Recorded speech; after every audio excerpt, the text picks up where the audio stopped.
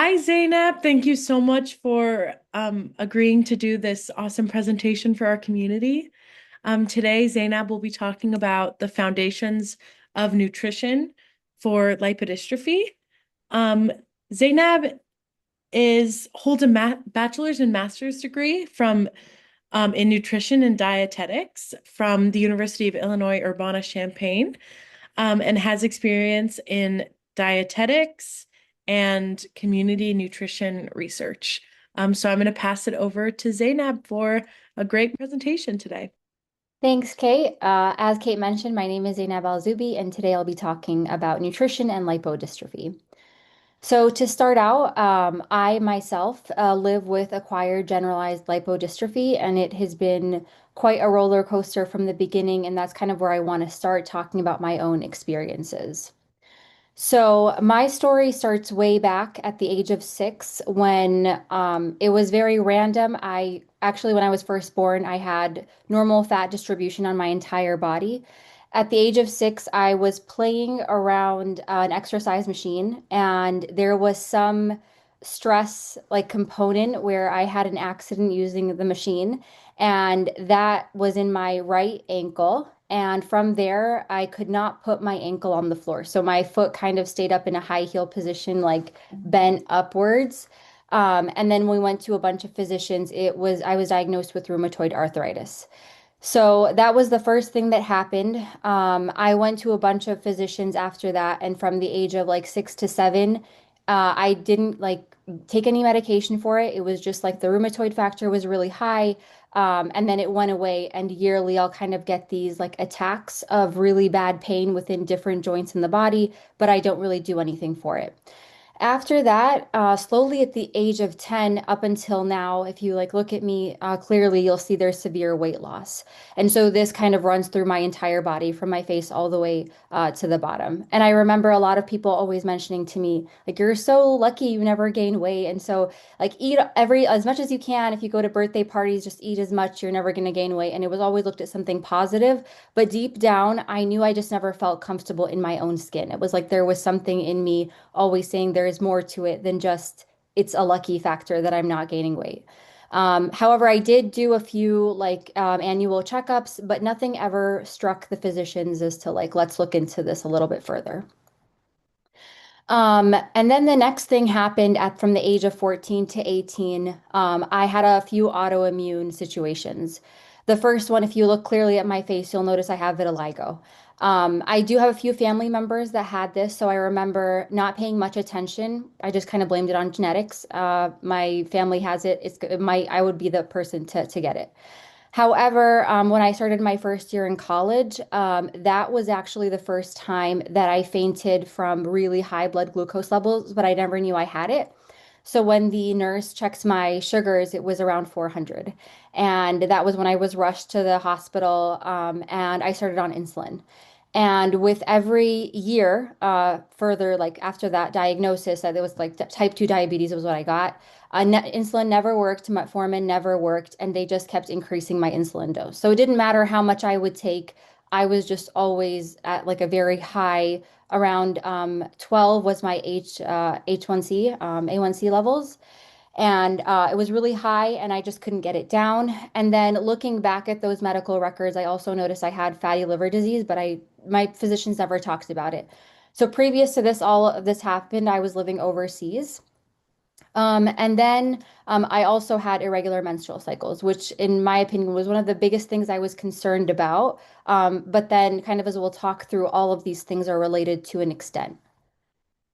At the age of 21, this was the first time that I actually got a clear diagnosis. So I moved to the States and I met with a physician in Illinois, and she gave me the diagnosis, but she said she was not in a position to really work with me on this. And so I would have to find another physician who was specialized in this work. But the biggest thing for me was we can work through this now. We have a name for the disease. And it felt like all of this, like all the tension kind of fell from my body. It felt like such a relief. I didn't care what was to come next. It was just really a relief to see that there was something that we could do now that we have a name for it. And so after that, that's when I met with Dr. Orel, and she has been my physician from then till now. And we're working through it with a collaborative like team of physicians. And up until this point, besides the one or two like difficulties, as with every disease, you have your ups and downs. I can confidently say we're managing all symptoms, and it feels really good to be at this position. From a person who has experienced, even no matter how much you tell a physician that it's not working, sometimes it's hard for them to just rely on your word and then really focusing on the test results, but really doing that extra mile of research to understand what's going on with you really attracted me to this area of work. And one of the biggest things that I wanted to do for myself was nutrition. That was a place that I thought I have control over this. I can't really understand the medications, but if I could change the way I eat, maybe this could help, for example, manage diabetes. And so that's what I really want to jump into today. It started as more of like a hobby or an area of interest for me, and then I started doing actual like school work in it and making this a full-time career. So for today's presentation, I just want to talk about nutrition. It's very complex in a way that a lot of this is enjoyment for us. It's something that we enjoy socially, culturally, but then also thinking of it as how it helps our body. And then talking about those general tips, how can we manage nutrition, especially managing something as complex as lipodystrophy? And then how do we apply this after we have all the information? What does this look like in the real world? So, to start off, the basics of lipodystrophy. In a very basic sense, we have lipodystrophy, meaning there's a lack of adipose tissue, a lack of fat stores. And fat is really important, despite a lot of people wanting to get rid of fat. It's really important because it produces a lot of hormones that they like talk to the body, communication across all areas in the body. And so one of those important hormones are leptin. And so leptin is really important because it helps, number one, tell the body it's full. And so that's why a lot of people might experience hyperphagia or wanting to eat a lot of the time because there's no signal telling the body we're done, we're full, and we don't have to eat anymore. The next thing is that leptin is really important in helping with insulin activation and kind of the way insulin works and taking the glucose from the bloodstream into the cells. And so typically, people will experience insulin resistance, leading to high blood sugar levels. And then it's also really important, as I've mentioned, just not having those fat stores. The fat, if it cannot be stored in certain tissues, it ends up going into the liver, and then you'll have fat deposits within the liver. And then leptin is also really important for the reproductive hormones and for that type of signaling.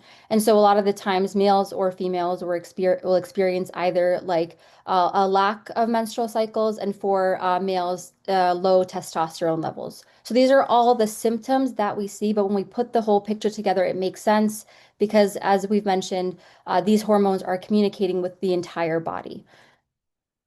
So now on to nutrition. So the first thing is nutrition, we have to understand is fuel, right? So when you eat because you're hungry, you're dizzy, it's there to give you energy for you to go about your day. It's important for growth, repair. But then another thing is it's also enjoyment. And so culturally, we have certain foods that we really enjoy eating. When we're out with friends, the typical thing that we do is let's go have dinner together. So thinking of this is it shouldn't feel restrictive. It shouldn't feel like a task, but you should have all the information necessary to make appropriate decisions as you're deciding what to eat, when to eat, and then how it makes you feel. So all of those things connected empower you to make those right choices. So, general tips that I like to discuss is focusing on balanced meals. So, in my previous presentation, I kind of walked through carbohydrate, protein, and fat. And so, making sure that your meals include all of those items. Oh, sorry. Um, and the next thing is to increase your fiber and your lean protein.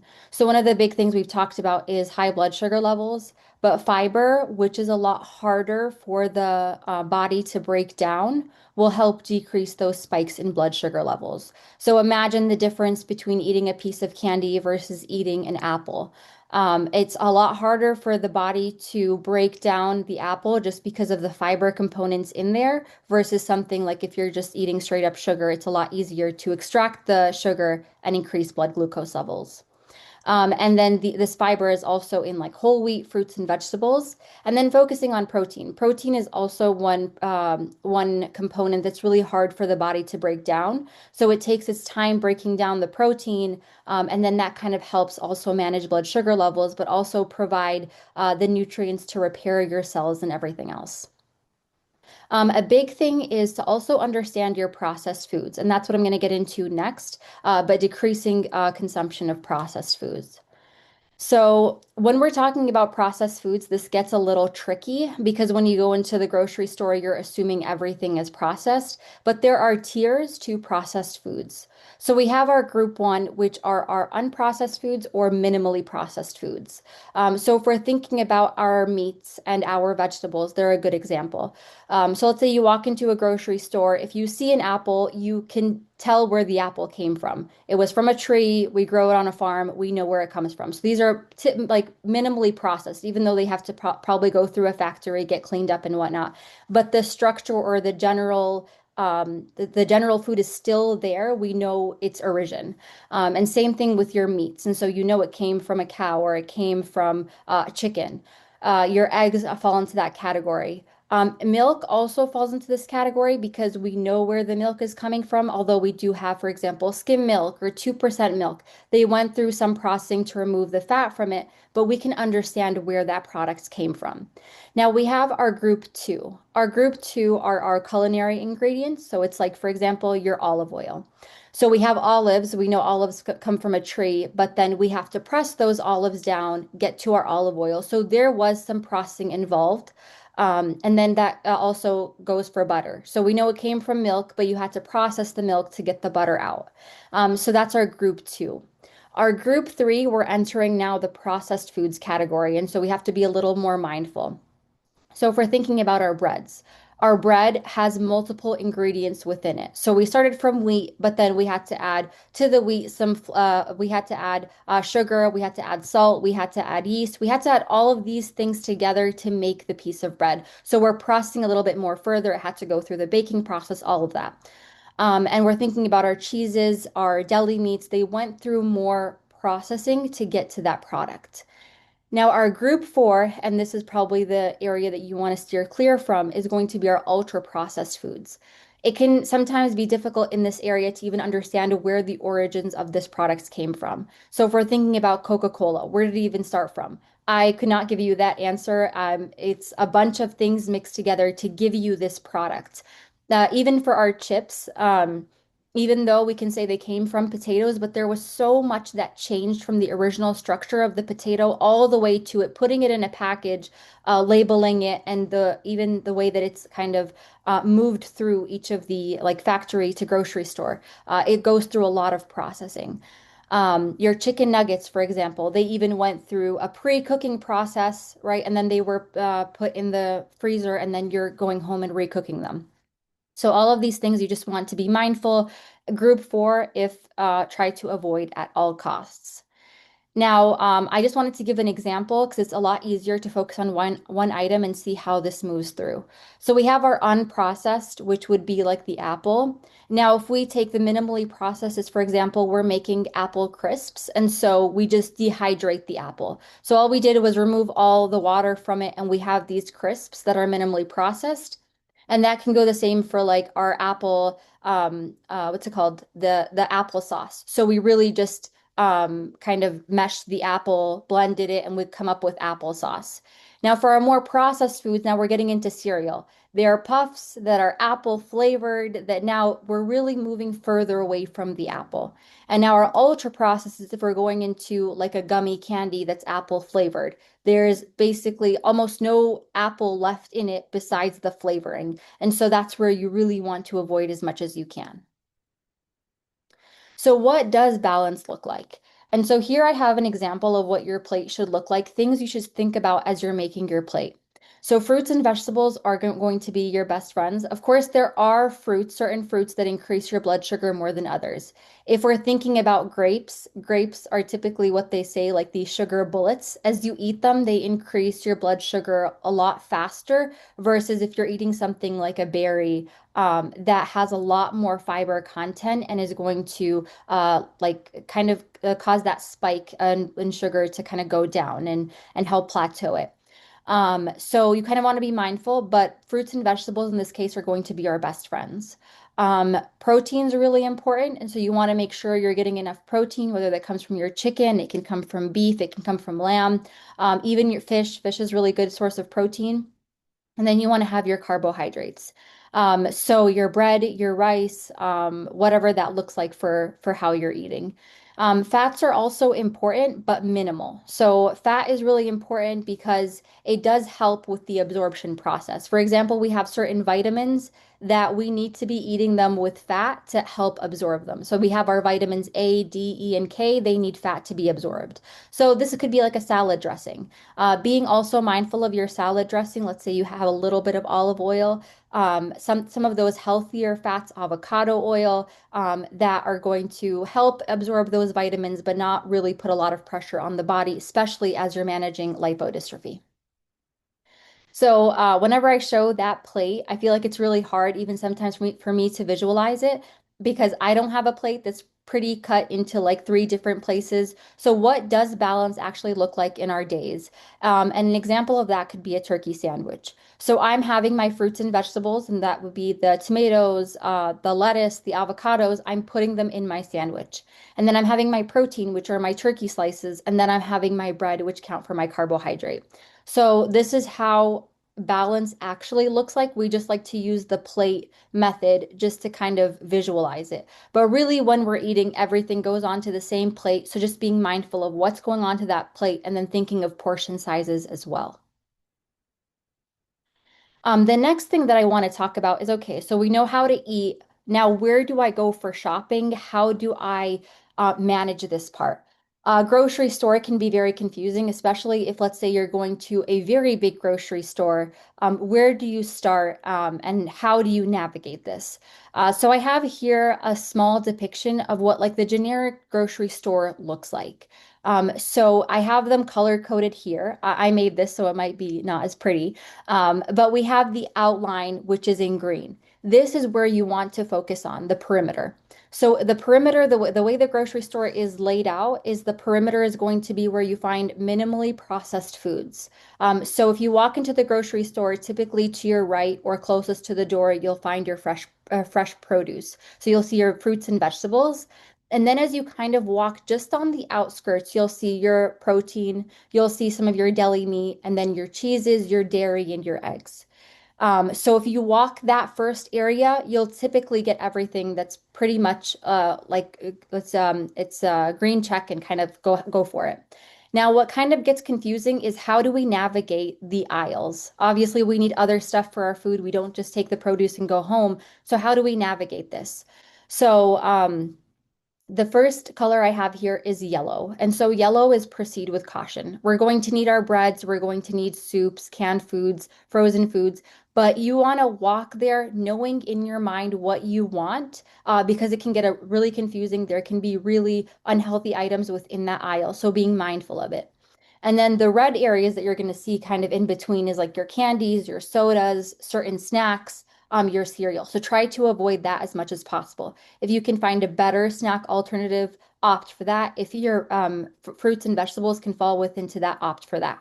So this is how you want to work in a grocery store. Try to start from the outside and then work your way in. If you kind of start within the middle, you'll notice that your cart has all of the more processed foods. So start from the outside, then work your way in, and also try to go in with a purpose as you're navigating the grocery store.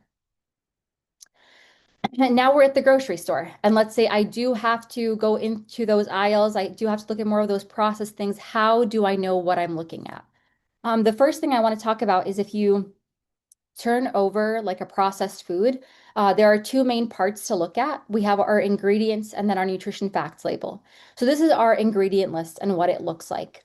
I have it kind of just highlighted here, but the way the ingredient list works is we have our ingredients in order of what's prevalent most to least. So this ingredient list is like from a mix of like a pasta dish. And so the first ingredient's pasta, and that makes sense because about 90% of the dish is pasta. Now, if we're going further in, we'll see that there's whole wheat, so it's a little bit less prevalent than pasta. Carrots, a little bit less than both of those, and then our chicken broth. So it goes in order of the quantity of the ingredients. And then within the chicken broth, we can see in these parentheses, it's describing what's in the chicken broth. So in the chicken broth, it's first made up of our water, apples, onions, carrots, celery, and then this powder. And so that's how you want to read your ingredient list. There will also be aside for the allergens that it might contain. So in this case, it may contain peanuts, so just something to be mindful of if you have allergies. I have an example here for what that looks like. So let's say you're looking at Skittles and we start with our ingredient list. The first item is sugar. So you can tell that mainly this is going to be just really heavy on our what's it called? Blood glucose levels. So kind of be mindful as you're reading this. Okay, sugar. The next ingredient is corn syrup, another type of sugar that also increases blood sugar. So being mindful of that. However, let's say if we're looking at this Florida natural, this is some orange juice. In this ingredient, we start out with water. So that's going to be the main ingredient here. Then with orange juice and then concentrated orange juice. And so that's how you would read your ingredient list. The next thing is the nutrition label. So after we've kind of identified what's in it, you can tell, so the ingredient list can kind of even tell you how much processing went into it. So let's say if it's just water and orange juice, then it's minimally processed.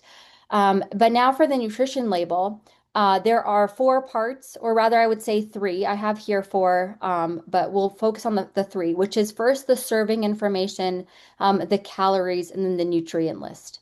One thing that I do want to mention is if you go to a grocery store, pick up like an apple, it will not have an ingredient or a nutrition facts label because it's unprocessed and it does not, the regulation does not require that it go through how big is the apple, how much carb, fat, protein is in it because it's unprocessed. So that's also another tip if you're wondering how processed it is. If you go into the fruit aisle, for example, you won't even see that at all.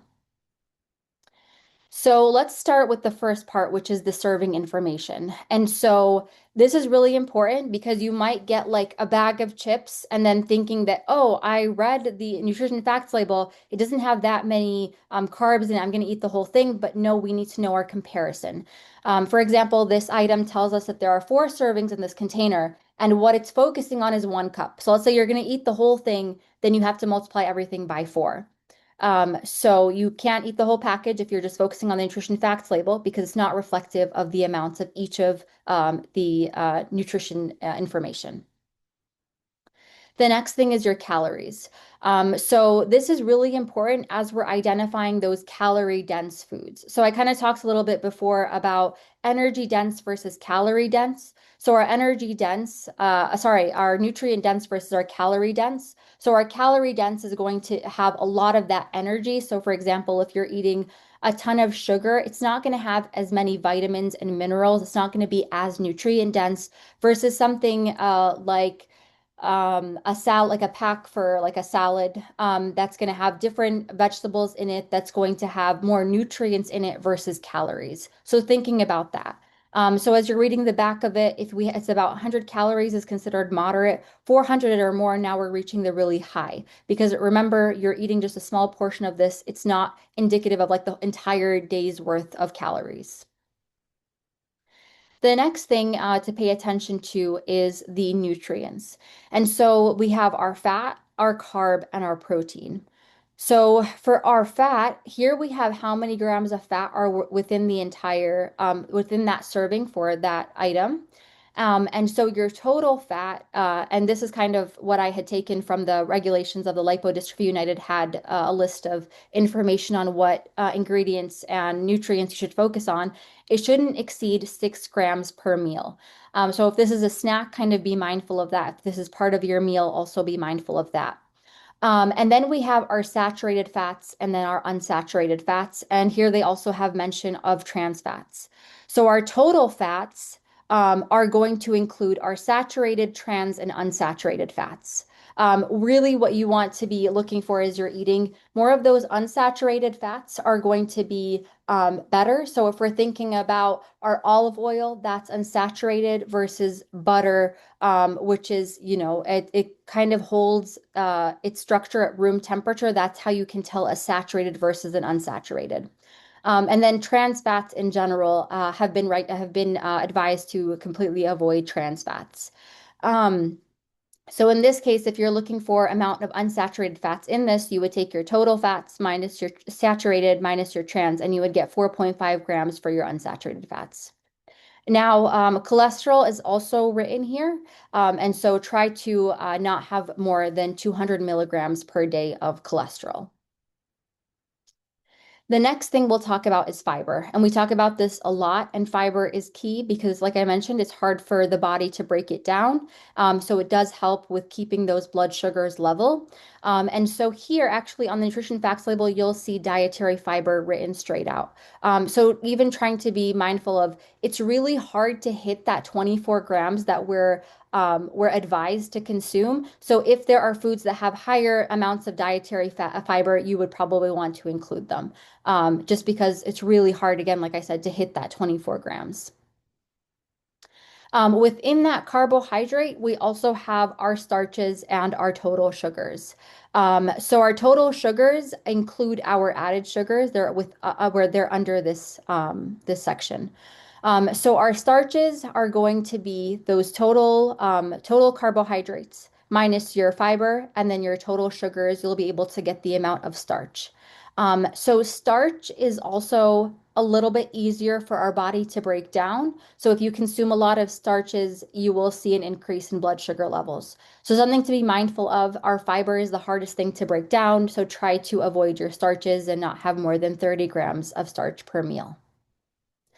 The last thing is protein, and protein is always good because, like I mentioned, it's harder for the body to break down. But it's so important because proteins also are important for our enzymes, how our body functions. It's important for muscles, especially as someone with lipodystrophy. Muscles are kind of where we're depending on most.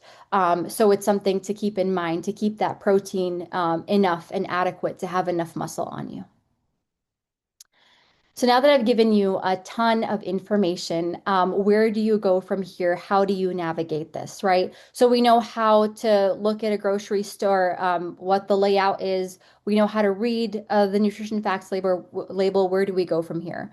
So the first thing that I would recommend is setting up a grocery list before shopping. Whenever I walk into a grocery store, all of the bakery items, my eyes tend to go towards all of those things that are more high energy. The body just tends to find those like they kind of make you salivate and you really want to add them to your list. Oh, if they're on sale, I'm going to pick them up. So be very mindful. Let's set up a grocery list. How are we going to walk into the store? What am I looking for? If you're experiencing hyperphagia, this might not be relevant, but if you don't experience hyperphagia, try to shop when you're not hungry. That can help with avoiding more of those calorie dense foods. Another thing would be planning out your meals. It can be kind of hard as you're thinking, okay, maybe I could use some more chicken, some more cheese. I'm just going to keep adding to my grocery list. I don't know what I'm cooking, but if you plan out your meal for the week, then you can kind of go in there more present, more understanding what you're actually picking from. And then another thing is that I want to talk about is scheduling in snacks. It's really important throughout the day. I can sometimes get lightheaded and I don't know kind of where to go from there. Scheduling them in really helps. Sometimes I'll find myself like it's one o'clock and hey, I should probably go shopping and I forget to eat something and then I'm really lightheaded. So let's plan for 2 to 3 snacks a day in between those meals that are going to be more focused on our fiber and our protein. And so, as I've mentioned, the first thing is setting up for those grocery lists, use a template. This can be really helpful as you're planning a dinner plan. If you're planning your lunches, where do you go from your produce to your proteins? What pantry items are you picking up? So you go in more with like an understanding and really targeted way of shopping. For snack ideas, I want to talk through a few because this can kind of be hard as you're trying to include your fiber, your protein. It can look different, but I have here an example, different examples. So if you were to include, for example, celery with some peanut butter, this will give you that component of your fiber as well as your protein and kind of keep as well as your fat because peanut butter has some fat in it, and that can keep you kind of going and not have your blood sugars drop so harshly. So you have that huge dip where you really get lightheaded. Before you sleep too, you could have, let's say, a smoothie of like frozen berries and milk, and kind of you're adding that protein, your fruit, and you can kind of keep managing throughout the day. So trying to include these in your daily routine just to make sure you're getting enough energy as you're going through the day. And with that, I will conclude and see if there are any questions. Yes, I would like to ask a couple questions. hmm First of all, thank you so much for that presentation. Um, what is your experience with hyperphagia? hmm And how has your relationship with food changed pre and post treatment? Because I know that you have treatment now. Yeah. So pre-treatment, as I've kind of mentioned, I would eat a lot. It was like I could eat so many plates at once, and I didn't really have like a preference. Like it was just whatever kind of came to me, I would just eat. And more so, as I've mentioned, like those energy dense foods. So let's say if I could eat a bag of chips or a like huge piece of cake, that was what my body would pull me towards, just because it felt like I was starving most of the time. But after treatment, and there was also before I actually started treatment, I was put on a very strict diet per my physician's request, which it was like there would be no carbs in a sense of like bread or rice, or I was on a very strict diet just to cleanse all of like my like blood sugars and then also the fat within my body within like the what's it called, the lipids in my blood. So I was on a very strict diet, and after I started treatment, I actually gave up so much on sweets. So it's like a piece of cake, if it has way too much frosting, my taste buds shifted so much post-treatment. So that happened. And then I also have a lower tolerance for fat, which I've asked multiple dietitians about this specific situation because I found it very interesting and wondering if other patients also experienced it, but they couldn't give me an answer because I was the first person to come up with it. But if you give me an avocado before treatment, I could eat that. Post treatment, I cannot stand avocado. Like it's just way too heavy. It makes me nauseous, so I can't do it unless it's like completely mixed in with something. So a very small piece of it. Um, but then I also was one of the people that don't have hyperphagia anymore. So my eating levels have actually gone significantly down. So there was a huge shift in my eating habits pre versus post treatment. Yeah, totally. Um, I know you're not yet a clinician, so hmm you probably can only answer this question in your case, but hmm how do you navigate portion sizes with hyperphagia? And how did you navigate that mentally? Okay, that's a good question for hyperphagia. So the biggest thing was if I like, so this is going to be pre-treatment because at that moment I was more so experiencing that. The first thing that we did in the house actually was I had scheduled eating times, so I wouldn't just eat like whenever and kind of just let myself have whatever. I would schedule them. So the main thing would be to have breakfast, lunch, and dinner and kind of space those out appropriately.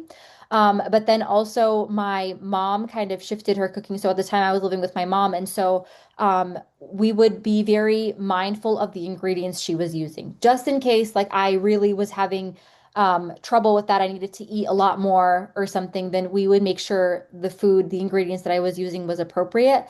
But in terms for portion sizes, I would not necessarily measure them, but try to keep it like, for example, 2 scoops of rice and like a good size of chicken. So I would try to measure it out like that, like visually, and just try to be like more present within the moment. Like, okay, this is how I'm going to have to do it. And not eat too much to a point where like my stomach would feel bloated, but my like mental state is kind of like I'm starving at this point.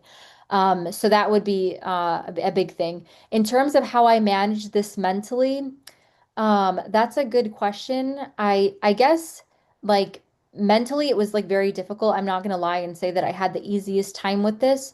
But a lot of what helped was I did so much of research on the situation, kind of ways to navigate it. But then also including those like snacks midway, like if I kind of could eat something in between.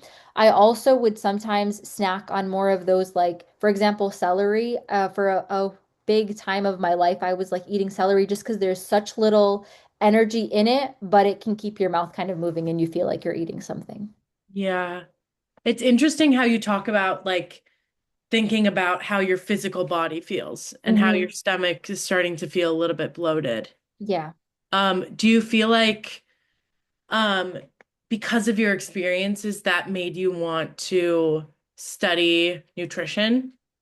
Yeah, so when I first, before I was diagnosed, like 2 or 3 years before diagnosis, was doing a lot of research on my own. So I learned so much about diabetes specifically because that was what physicians kind of kept throwing my way.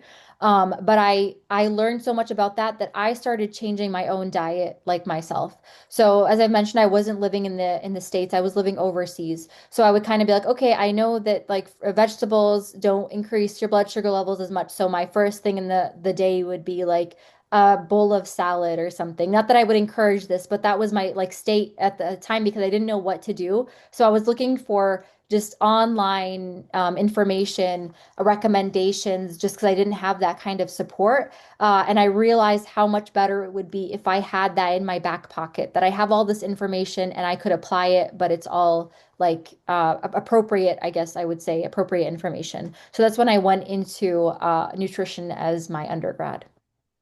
Yeah. Thanks for sharing. Mhm. You said trans fat should probably be avoided. Can you just explain what trans fat is? So trans fats are actually, if I'm not mistaken, have been not used anymore. Oh, Yeah, so there, if you look, I want to see if I can find a nutrition facts label that would have trans fats like on it, because from my understanding, trans fats are not used anymore just because of the effects. So what's it called? The reason for trans fats, so they are within the realm of these unsaturated they are unsaturated, but they're more of like artificial. They're not like real, if that makes sense. And so really what they do, if we're thinking about our trans fats, is they're going to be raising our, you know, the difference between LDL and HDL. So we have our LDL, which if like a physician is measuring your lipid levels, the LDL are going to be those like we consider them kind of bad like fats or bad cholesterol. So it's like if you have a really high level of that, it's not good for your body versus your HDLs are going to be your better fats within the blood. And so your trans fats are going to be artificial. They're not like real. They're kind of made. They're made from like vegetable oils, from they're processed, very processed oils that raise those bad blood fat levels. So it's kind of not very common that you would see foods having trans fats just because of the detrimentals that they cause, like stroke, heart problems. But they're more of those like fake kind of made and processed into these if you have your very, very, very processed vegetable oils leading to those trans fats, if that makes sense. If I answered your question, I know that was kind of like a loop. yeah. If anyone is interested in learning more about HDL and LDL, Dr. Lindsay Foreman did a Mhm. presentation that you can also find on our YouTube. Um, I had one more question. Um, Oh, and that is, what's been your experience with nutritionists? And what would you advise for people on finding a nutritionist and figuring out what might be best for them because it's so individual with lipodystrophy? Yeah, it is really like very actually difficult. I feel like in the beginning time, even so I was working with a nutritionist prior to kind of being able to understand now my own body. A few things that I kind of want to mention before that is understanding how individualized nutrition is. And this, if you kind of are working within the research world, there's a lot individually if we talk about the microbiome or kind of what's in your body itself and how it manages all of like the metabolism, how it's breaking down stuff. It's so individualized that these general like tactics that I'm giving out there may or may not work depending on the person. So a lot of the research is shifting towards how do we understand the human body to give that individualized nutrition recommendations. I did work with a dietitian. I can't remember her name, but it was actually really helpful because we would meet occasionally through Zoom because it was just a lot easier. And so I would walk her through how I was feeling, like on the day to day, write out kind of my meal plans, what I was eating, and how much approximately of everything. And then a thing I would keep in the back of my head is how I was feeling post each food, right? Because that's also a way that you can tell, is this food working for you versus not? So that was one way that I found, okay, fats are just not for me. A very individualized, I just can't stand it. And it's something that like, okay, we'll try to avoid as much as we can. And if we're going to eat it, these are the fats to focus on. So it So is you really kept kind of like important. a food diary. Yeah, I did. I kept a food diary. I also did keep track a lot of the times of my blood sugar levels. So it can be very different what spikes someone's blood sugar level versus another person. Again, that's very individualized. So I did a lot of that work and kind of the basis was working with her. But I will say, kind of working alone with a dietitian is not the best. I had to work also with a physician. So it kind of worked both ways. Like I needed that collaborative again, because lipodystrophy is so complex. There are so many different parts included. You need that collaborative team, but it's also really helpful to have that one person that can kind of walk you through your meal plans and then support you through it. Okay, let's change X, Y, and Z to help you with that. So definitely something I would recommend. Nice. Thank you so much for this presentation. If anyone has any questions for Zainab, you can reach out to us and we can try to ask or get your questions answered. And thanks for watching today. Thank you.